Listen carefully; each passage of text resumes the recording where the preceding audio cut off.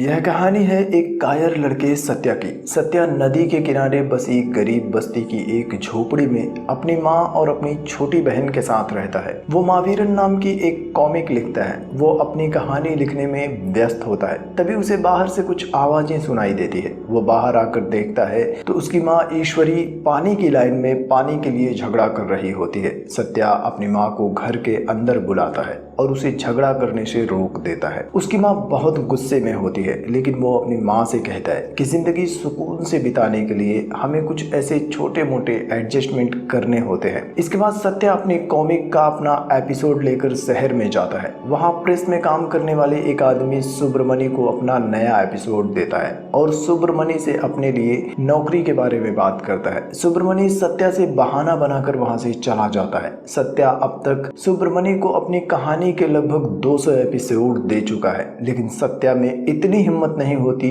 कि सुब्रमणि से अपनी कहानी के लिए रॉयल्टी या फिर क्रेडिट मांग ले। और सुब्रमणि सत्या को प्रेस में नौकरी दिलाने का लालच देकर सत्या से उसकी कहानी लेता रहता है और अपने नाम से उसे अखबार में छपवा देता है। और एक दिन सत्या बस में वापस अपने घर जा रहा होता है, तभी वो देखता है कि एक लड़की नीला अखबार में छपी उसकी कॉमिक्स को पढ़ रही है। सत्या मन ही मन बहुत खुश हो जाता है। उसी वक्त नीला को एक कॉल आता है और नीला पेपर पर एक नंबर नोट करने लगती है। सत्या नीला से अखबार छीन लेता है और उससे कहता है, तुम्हें नहीं पता इस कहानी को लिखने में कितनी मेहनत लगती है। नीला यह सुनकर सत्या से पूछती है कि क्या यह कहानी तुमने लिखी है। सत्या को अपनी गलती का एहसास हो जाता है और वो डर के मारे बिना कुछ बोले बस से उतरकर भाग जाता है। इसके बाद सत्या अपनी बस्ती में आता है, जहाँ पर एमएलए जय कोडी का आदमी भूपति होता है। वो बस्ती वालों से कहता है कि तुम सब अपनी ये झोपड़पट्टी खाली कर दो। एमएलए ने गवर्नमेंट स्कीम के जरिए तुम सब के लिए एक नई बिल्डिंग बनाई है और उस बिल्डिंग में तुम सबको एक एक फ्लैट मिलेगा। धीरे धीरे पूरी बस्ती अपनी झोपड़ी छोड़कर जाने के लिए मान जाती है, लेकिन सत्या की माँ ईश्वरी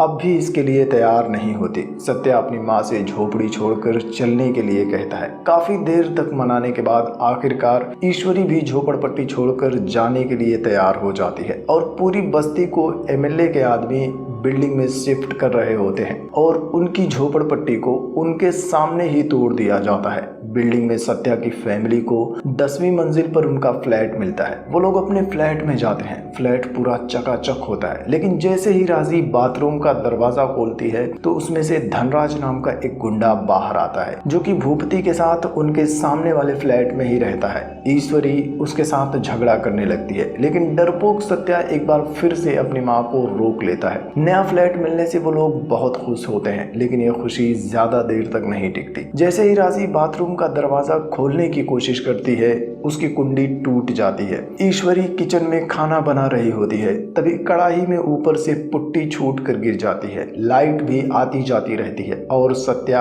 अपने पापा की एक फोटो टांगने के लिए कील ठोकने की कोशिश करता है, लेकिन प्लास्टर उखड़ जाता है। ईश्वरी यह सब देखकर बहुत गुस्सा हो जाती है। बिल्डिंग में इंजीनियर्स के पास झगड़ा करने के लिए जाना चाहती है, लेकिन सत्या फिर से अपनी माँ को रोक लेता है और फिर से एक बार दोनों को एडजस्ट करने के लिए कहता है, लेकिन सत्या की माँ नहीं मानती और वो नीचे आती है। तब पता चलता है कि यह प्रॉब्लम सिर्फ उनके घर की नहीं बल्कि सभी के फ्लैट्स में है। दरअसल इलेक्शन नजदीक था, इसलिए एमएलए ने एक लो क्वालिटी बिल्डिंग बनाकर लोगों को फ्री में रहने के लिए दिया था, ताकि इलेक्शन में वो उनका वोट हासिल कर सके। लेकिन असल में तो वो बिल्डिंग रहने के लायक भी नहीं थी। हंगामा होते देखकर भूपति एमएलए के पीए प्रमु को कॉल करता है। प्रमु उनसे कहता है कि इलेक्शन खत्म होने तक कुछ भी नहीं होना चाहिए, सबकी कंप्लेंट्स ले लो और एक नया कॉन्ट्रैक्ट बनाकर ऐसा दिखाओ कि उन पर काम चल रहा है और सबको इलेक्शन होने तक टालते रहो। इसके बाद इंजीनियर एक कंस्ट्रक्शन पैच वर्कर कुमार को बुलाता है और उससे एक कॉन्ट्रैक्ट पर साइन करवा लेता है। कुमार अपना काम शुरू करता है। जल्द ही उसे एहसास हो जाता है कि इस बिल्डिंग में पैच वर्क से काम नहीं चलेगा, पूरी बिल्डिंग ही खराब है। लेकिन कॉन्ट्रैक्ट की वजह से कुमार भी उनके साथ काम करने के लिए मजबूर हो जाता है। इधर सत्या एक दिन फिर से मावीरन कॉमिक का अपना एक नया एपिसोड सुब्रमणि को देने देने के लिए जाता है, लेकिन तभी नीला भी वहां आ जाती है। वो सत्या को सुब्रमणि कहकर बुलाती है और उससे कहती है कि मुझे तुम्हारी प्रेस में एक ऐड देनी है, तुम मेरे साथ ऑफिस में चलोगे। सत्या डरते हुए उसके साथ ऑफिस के अंदर जाता है, लेकिन उसे पता चलता है कि नीला प्रेस में सब एडिटर है। नीला अपने सीनियर्स को बताकर सुब्रमणि को नौकरी से निकाल देती है और उसकी जगह पर महावीरन कॉमिक के असली राइटर यानी कि सत्या को नौकरी दे देती है। इसके बाद सत्या अपनी कॉमिक को एक नया मोड़ देता है और उसकी बिल्डिंग में लोगों को जो प्रॉब्लम्स होती हैं, सत्या अपनी कहानी के हीरो महावीरन से कहानी में उन प्रॉब्लम्स को सॉल्व करवाता है। जो काम डरपोक सत्या रियलिटी में नहीं कर पाता, वो काम अपनी कहानी के हीरो महावीरन से अपनी कहानी में करवाता है। और एक शाम जब सत्या घर वापस आता है तो देखता है कि उसकी माँ को चोट लगी है। पूछने पर उसकी माँ बताती है कि राजीव वॉशरूम में नहा रही थी और वो गुंडा धनराज उसे झांक रहा था, जिसके बाद मैंने उसके साथ लड़ाई की। ये सुनकर सत्या को भी बहुत गुस्सा आता है और पहली बार सत्या धनराज को मारने की हिम्मत जुटाकर उसके पास जाता है। वो धनराज के पास जाता है, लेकिन धनराज और उसके साथी सत्या को घेर लेते हैं। सत्या गुस्से में होता है, लेकिन तभी भूपति उससे कहता है कि तुम अपनी बहन को कब तक बचा पाओगे, क्या तुम उसे जिंदा नहीं देखना चाहते। कायर सत्या उसकी बात सुनकर डर जाता है। वो उल्टा धनराज से ही माफी मांगने लगता है और फिर वहां से अपने फ्लैट में वापस आता है। वो दरवाजे पर पहुंचता है, तभी उसे ईश्वरी की आवाज सुनाई देती है जो राजी से कहती है कि आज अगर तुम्हारे पापा होते तो उन गुंडों के टुकड़े टुकड़े कर देते। लेकिन सत्या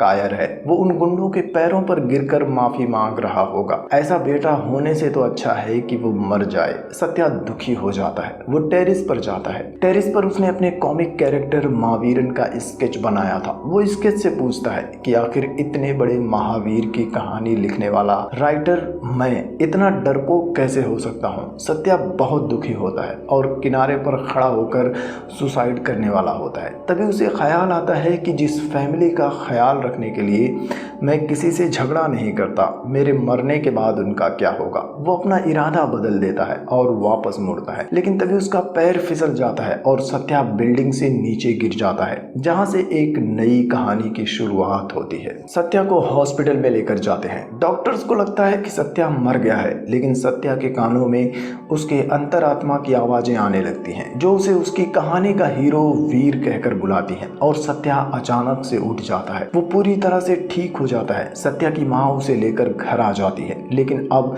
सत्या के कानों में लगातार उसके अंतरात्मा की आवाजें आती रहती हैं। वो आवाज सत्या को वीर कहती है और उसे उसकी कॉमिक स्टोरी की तरह ही डायलॉग्स के साथ लोगों की मदद करने को कहती है। सत्या उस आवाज से परेशान हो जाता है। वो सो नहीं पाता। वो अपनी माँ को बताता है। सत्या की माँ उसे लेकर कई सारे डॉक्टर्स के पास जाती है, लेकिन वो आवाज हमेशा सत्या को बताती है कि अब वीर यानी कि सत्या आगे क्या करने वाला है। धीरे धीरे सत्या को ये चीज समझ में आने लगती है। वो नीला के साथ स्कूटी से वापस अपने घर जा रहा होता है, लेकिन तभी वो आवाज सत्या से कहती है कि वीर ने यमराज की आंखों में आंखें डालकर अपनी मौत को चकमा दे दिया। तभी एक पोस्टर उड़कर नीला के चेहरे पर आ जाता है और उसका एक्सीडेंट होने से बच जाता है। उस पोस्टर में एमएलए जय कोडी का फोटो होता है और वो आवाज जय कोडी को ही यमराज कहती है, जिसके बाद वो आवाज कहती है कि वीर यमराज से युद्ध करने की ठान लेता है और अपने लोगों को बचाने के लिए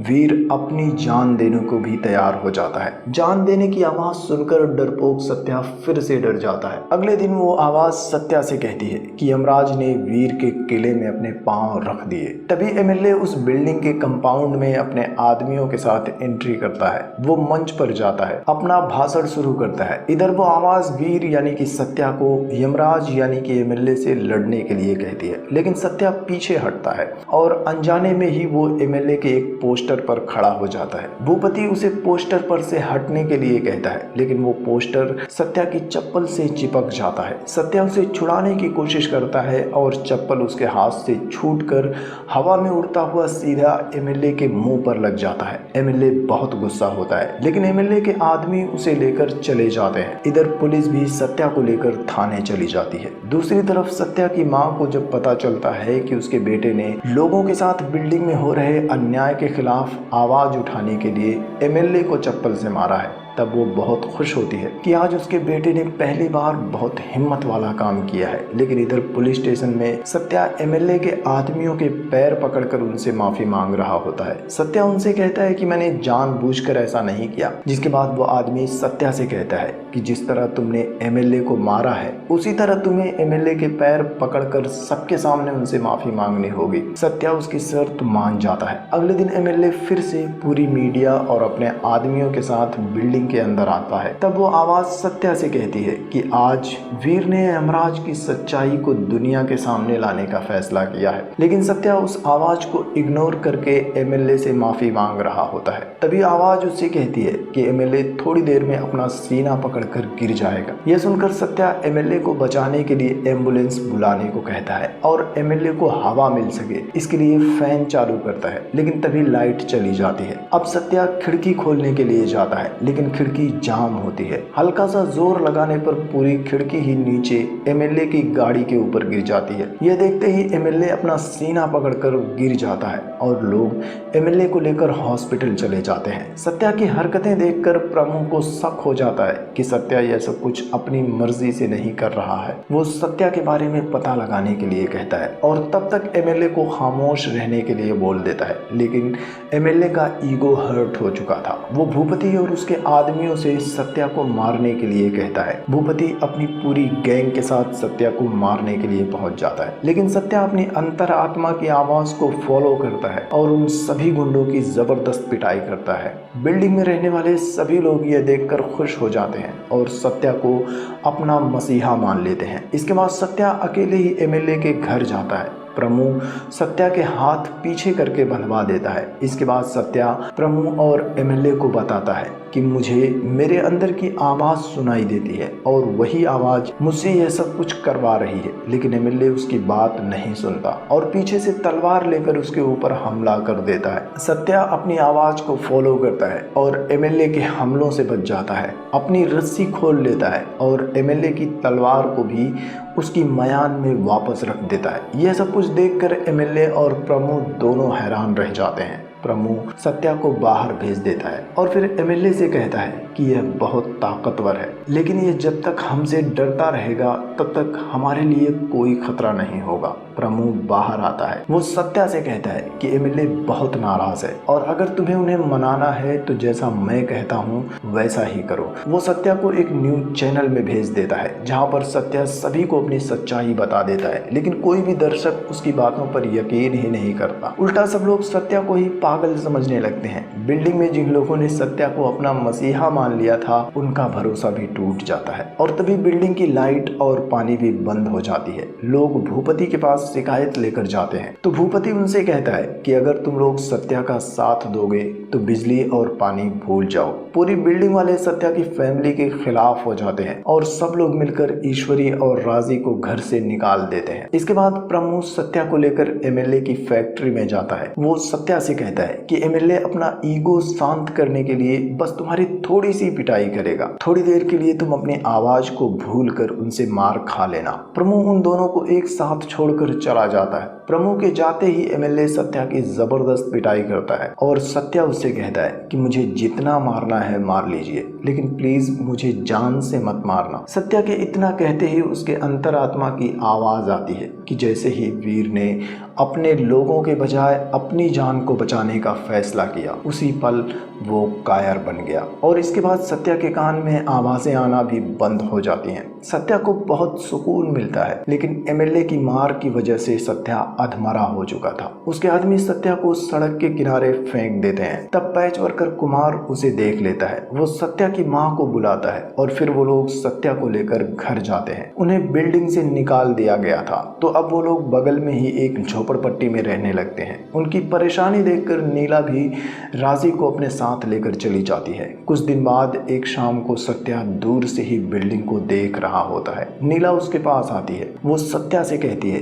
कि उस बिल्डिंग में रहने वाले सभी लोग मौत के साए में जी रहे हैं, तुम्हें उनके खिलाफ आवाज उठानी चाहिए। सत्या कहता है कि वो बहुत पावरफुल लोग हैं, मैं तो आम आदमी हूँ मैं उनके खिलाफ आवाज कैसे उठा सकता हूँ। नीला कहती है कि जो आवाज तुम्हें सुनाई देती है वो तुम्हारे अपने अंदर का गुस्सा है जिसे तुम समझ नहीं पा रहे हो। तुम लोगों की मदद तो करना चाहते हो लेकिन डरते हो। और मौत का क्या है, क्लाइमैक्स में तो सबको मरना है, लेकिन मरने से पहले तुम क्या करते हो वो मायने रखता है। अब सत्या को याद आता है कि फैक्ट्री में एमएलए जब उसकी पिटाई कर रहा था तब वहां पर उसने बिल्डिंग के इंस्पेक्शन की फाइल्स देखी थी। अब सत्या उस लोकेशन पर जाता है जहां भूपति और उसके आदमी सत्या को रोकने की कोशिश करते हैं, लेकिन सत्या उनके सामने नाटक करता है कि जैसे उसे आवाज अब भी सुनाई दे रही है। वो गुंडे डर जाते हैं, उन्हें पिछली बार की मार याद आ जाती है और वो खुद ही सत्या के लिए गेट खोल देते हैं। सत्या फाइल्स को ढूंढने लगता है और तभी एमएलए वहां आ जाता है। उन्हें पता चल जाता है कि सत्या को अब आवाज सुनाई नहीं दे रही, जिसके बाद एमएलए सत्या को मारना चाहता है, लेकिन प्रमु वहां आ जाता है और एमएलए को इलेक्शन तक शांत रहने के लिए कहता है। लेकिन इस बार एमएलए गुस्से में अपने ही दोस्त यानी कि प्रमु को जान से मार देता है, क्योंकि अब तक प्रमु हमेशा ही एमएलए को बहुत कुछ करने से मना कर देता था। एमएलए भूपति और उसके आदमियों से जिंदा सत्या और प्रमु दोनों को समंदर में फेंक देने के लिए कहता है। भूपति अपने आदमियों के साथ समंदर में पहुंच जाता है। सत्या को अब भी कोई आवाज नहीं आ रही थी, लेकिन सत्या अपने लोगों को बचाने का फैसला कर चुका था, इसलिए सत्या खुद ही अपने पैर को पत्थर से बांधकर अपनी जान की परवाह किए बिना ही समंदर में कूद जाता है। बोट पर बैठे सभी गुंडे हैरान हो जाते हैं। इसके बाद वो लोग प्रमु की लाश को भी पानी में फेंक देते हैं और बोट के लंगर को खींचना शुरू कर देते हैं। तभी सत्या को फिर से आवाज सुनाई देती है कि वीर ही जीतेगा। इसके बाद उस लंगर से फंसकर सत्या ऊपर आ जाता है। वो बोट पर भूपति और उसके आदमियों की धुलाई करता है और इस बार सत्या उस आवाज को पूरी तरह से फॉलो करता है। वो बिल्डिंग के अंदर वापस आता है और सबसे कहता है कि यह बिल्डिंग गिरने वाली है और आधी रात को ही सबको बिल्डिंग से बाहर निकाल देता है।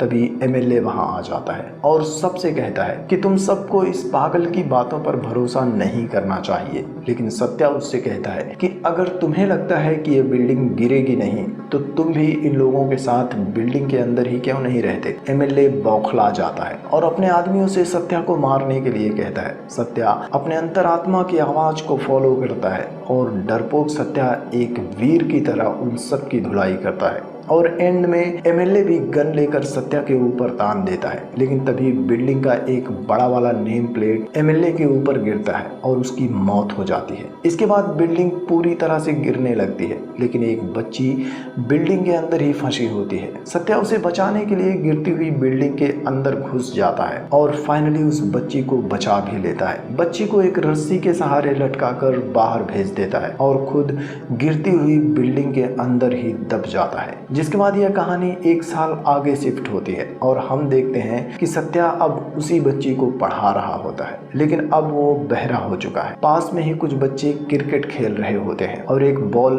सत्या की तरफ आती है, जिसे देखे बिना ही सत्या पकड़ लेता है और इससे हमें पता चलता है कि भले ही सत्या बहरा हो चुका है, लेकिन अब भी उसके पास सुपर पावर है। और अब यह फिल्म यहीं पर खत्म हो जाती है। इस फिल्म को आप अमेज़न प्राइम वीडियो पर हिंदी में भी देख सकते हैं।